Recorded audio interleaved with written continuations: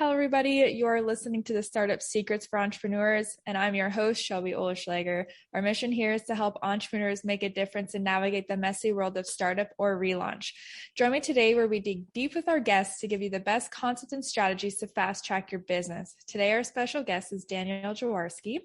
So, Danielle, I just want to say thank you so much for joining us on the show. And to get started, please give us a bit of an introduction to who you are and what you do. Absolutely. Well, first of all, thank you so much, Shelby, for being here. And hello to everybody who's watching and listening to this. Excited to be here. And a little bit about me. So I've done a startup and I've also relaunched at the same time. So if you are listening and you are in either one of those categories, I've been there, I've been where you are. And the first time I'll share that I failed the first time I started up my business when I stepped out of the corporate arena at 40. I ended up returning after 2.5 years, always with the knowledge and the understanding that I was going to learn from my mistakes, figure out what I wanted to do moving forward, and then I would always step back into the entrepreneurial world, which I did. And taking all those mistakes and failures that I learned, flipping them around and not doing them again, I've been able to create a lot more success, easier, faster, and with a lot more flow this time around. Mm-hmm. So let's go back to that first try. What were some of the main key things that you noticed that you didn't do right, and how did you change it for the future? Absolutely. So the first one was I didn't have a plan. When I just made that choice to step off the corporate ladder, it was just, I'm not happy. I'm going to take some time off. I'll spend the summer with my kids, and then I'll return to the workforce. When that time to return came, it became, I didn't want to go back, but I also didn't know what I wanted to do. So I looked around at all my friends who loved what they did, and they were all entrepreneurs. They were all extremely successful. And I thought, how hard can this be? Mm-hmm. So I made that decision to become an entrepreneur, forgetting that even though I had spent almost 20 years growing my corporate career in Fortune 500 companies, they had spent almost 20 years growing their businesses. So what I had seen them at that point in time was their efforts of 20 years of work, but I just saw them as where they were. So I thought that's how easy it is. Mm-hmm. And so the biggest thing for me is I didn't have a plan.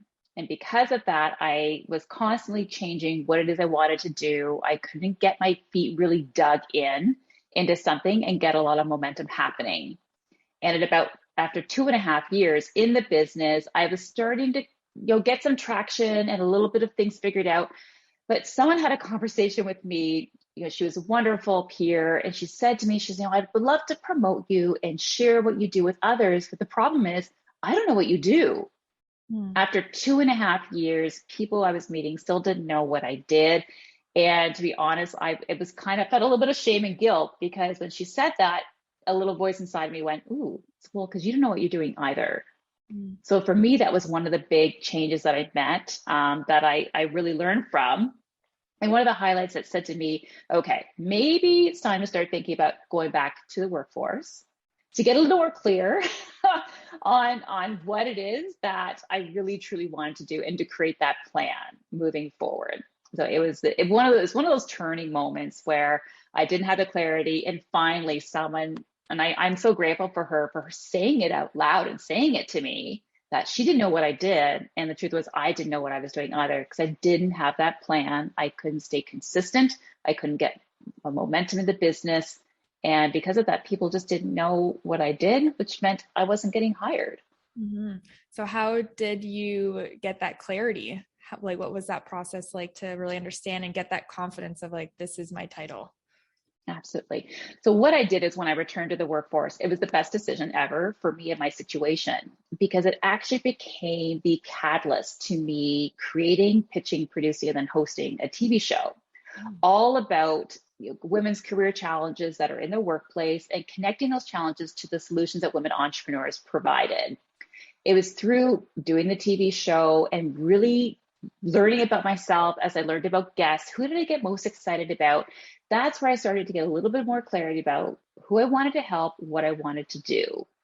I had the opportunity then to step out of the corporate environment again. When I did that, I actually enrolled in a women's entrepreneurship program through a university close to where I live.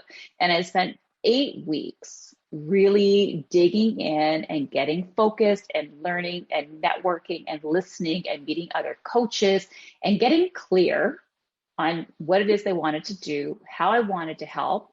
It was always women. I had at least that much clarity. It was always going to be women, but how I was going to do it, what that would look like, and a plan, a clear plan, and just a few steps forward as to what I was going to take. So that was the biggest difference from that perspective. Mm-hmm. Yeah, I can see, like once you have that North Star kind of, it's a lot easier to head in there. Was there any sort of unforeseen challenges that came with that? Like once you had the clarity, then what? Like what was those next steps for you? Yeah, well, it's interesting because to take the time to just focus on that.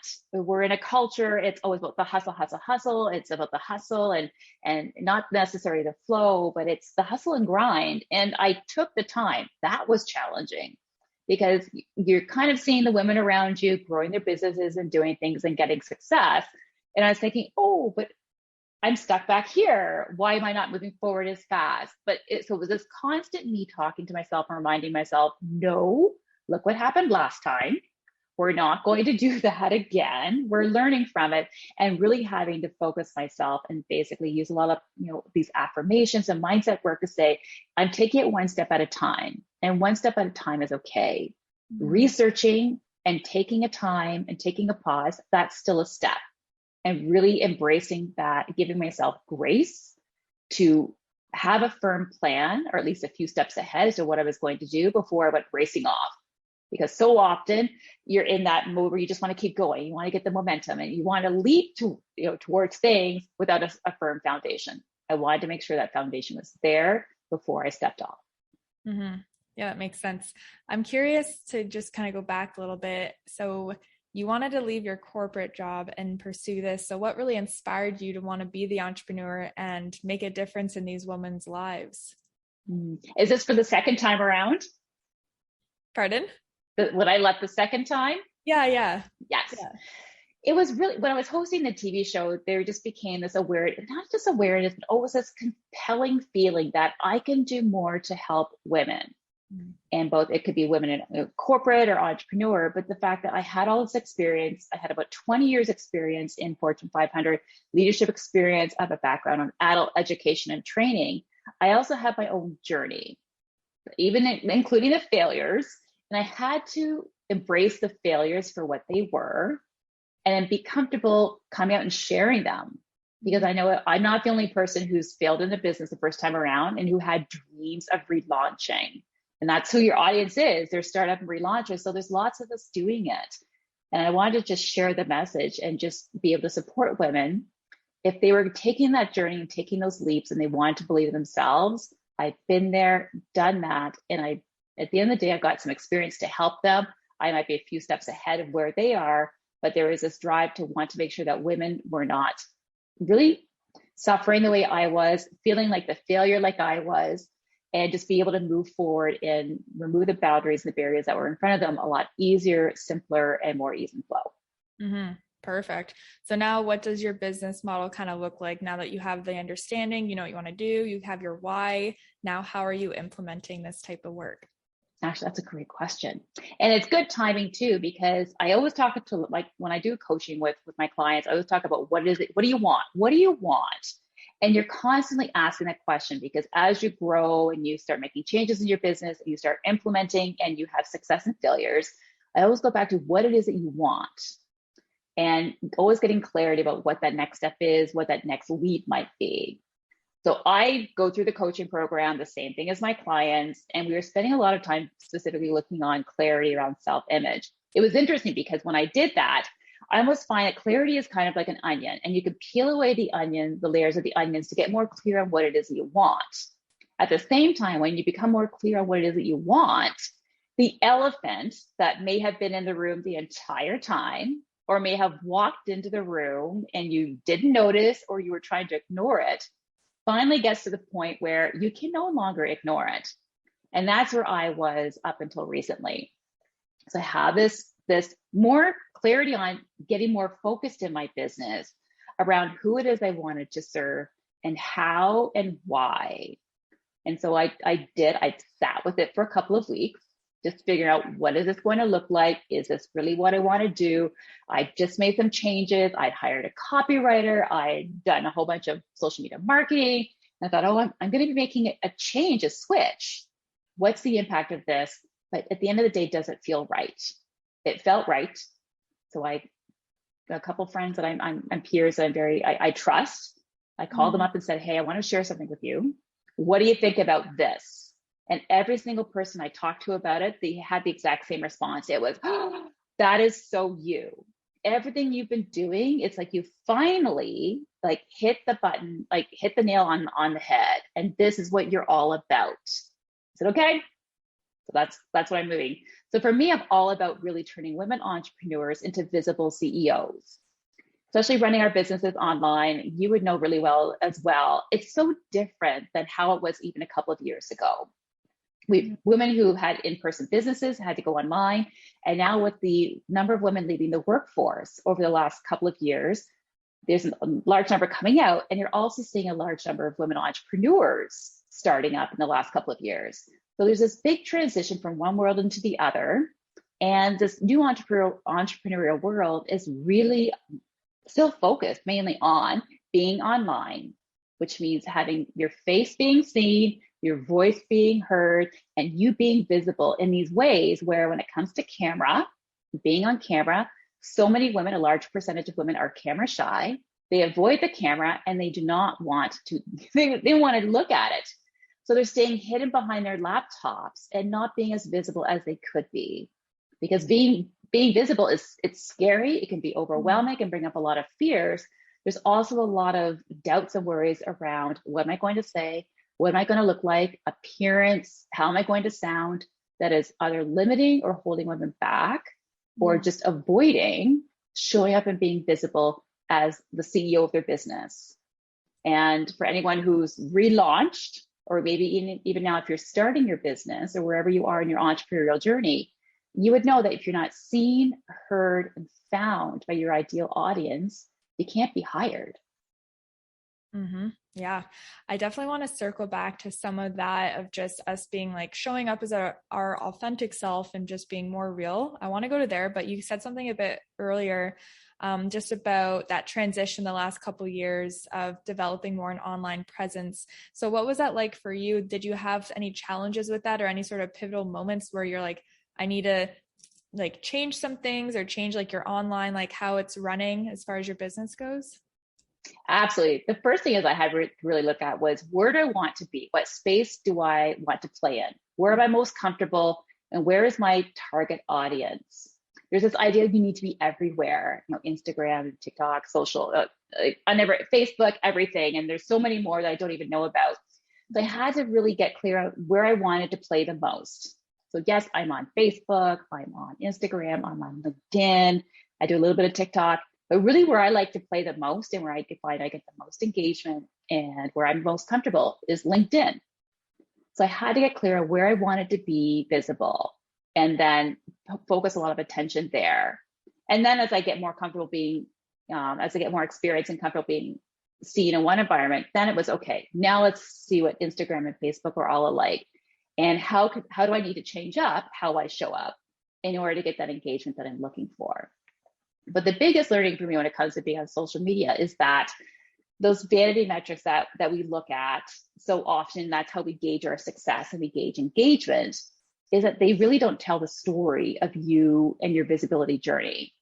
Because so often, as much courage and confidence that it takes you to put yourself out there for your audience to see, it takes that much amount of courage or confidence or more from your audience to make themselves visible to you.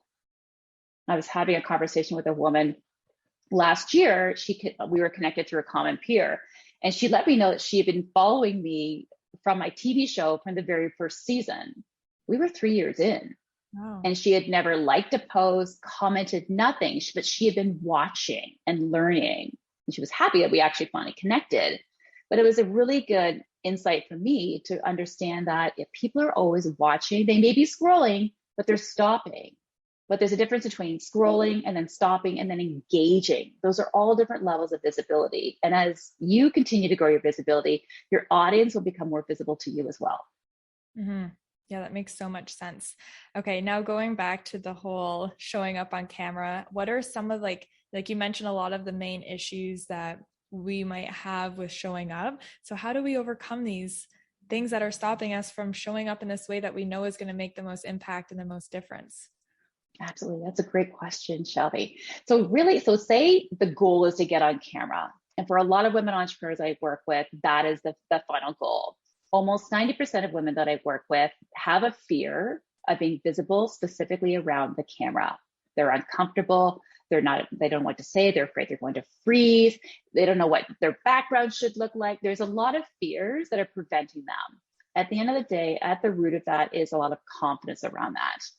So what I like to do is I step back. So if your goal is to get on camera, to just go and do it, that takes a big leap of faith and a lot of belief in who you are, what it is you're doing, and a lot of belief that technology is going to work out perfectly for you.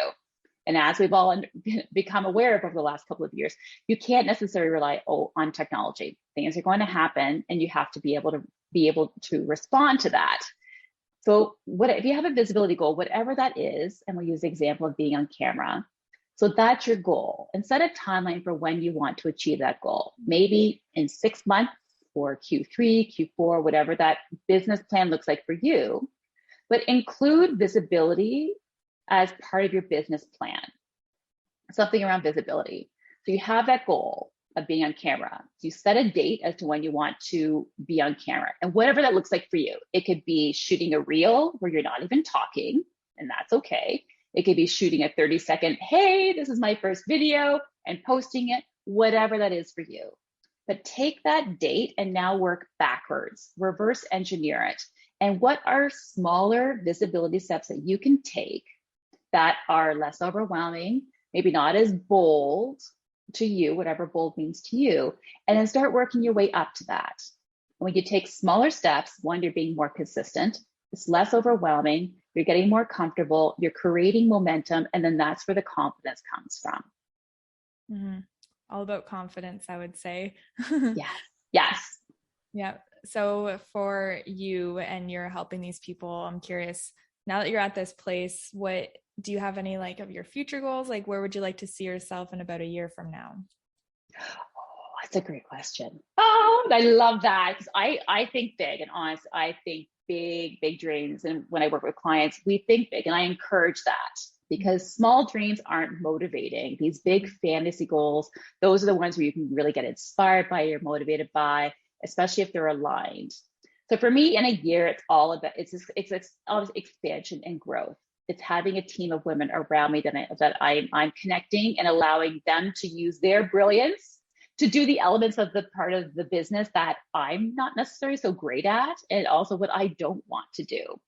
So things more like sales and the social media marketing piece, and just expanding the ability to reach and have different platforms. I'm really passionate about providing these platforms for women to be seen and heard, who have gotten up the courage to be seen by others in different elements. So I'm all about providing platforms, but also the tools to help women to feel, again, to get that comfort and to build the confidence so that they can get on the platform, so that they can be seen and heard. Mm-hmm. So with that type of growth, is there any sort of roadblocks or anything that you found, like any struggle areas that you're facing to get there? Oh, that's a good question. For me, it's mindset. It's funny that I teach mindset, because we all have these fears that we have. And as we grow, you think, oh, I'm done that fear, I can put it behind me. But as you grow, you're going to come up against challenges and things you've never done before, which means you're going to have fears, you're going to have doubts, you're going to have worries. That's absolutely normal. For me, there's the fear around, how much money do I need to spend in order to grow? And is this the right time for me to spend a certain amount of money in order to achieve X? So there's always that constant conversation. For me, I believe in that we want to recirculate money. So as we spend money, you're going to have it circulate back to you. And the idea, if I want to just restrict my money and think, oh, I'm not going to spend anything because I don't want it to go well if it's not coming in, that actually restricts the flow of money to me as well. So it's always looking at where are opportunities where I can spend my money to circulate it back to others so that it can come back to me, but doing it in a way where it's aligned in that growth. And that's, I think, where it's very clear as to where do you want to be in the next 6 months and a year, and having a clear plan so that as opportunities come up, or there's something that you want to do that's going to cost money, I'm better able to sit and identify, is it really what I want to do? Or is it, do I need to do? Or is it a should I do? And that way, when I actually spend the money, I get to look at it as, I get to do this. I get to do this. And I'm excited to do it because I want to do it.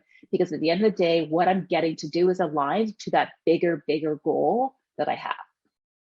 Right. I like that a lot. And it always, like you said, with the big dreams and everything, it definitely does help keep, yourself going. One thing I want to ask is, do you find sometimes, like, if you have a really big dream, that you lose sight of like the little stuff, like you said, one step at a time? Is there a type of balance between the big, like, I see the big vision, but what do I have to do, like, in this moment right now?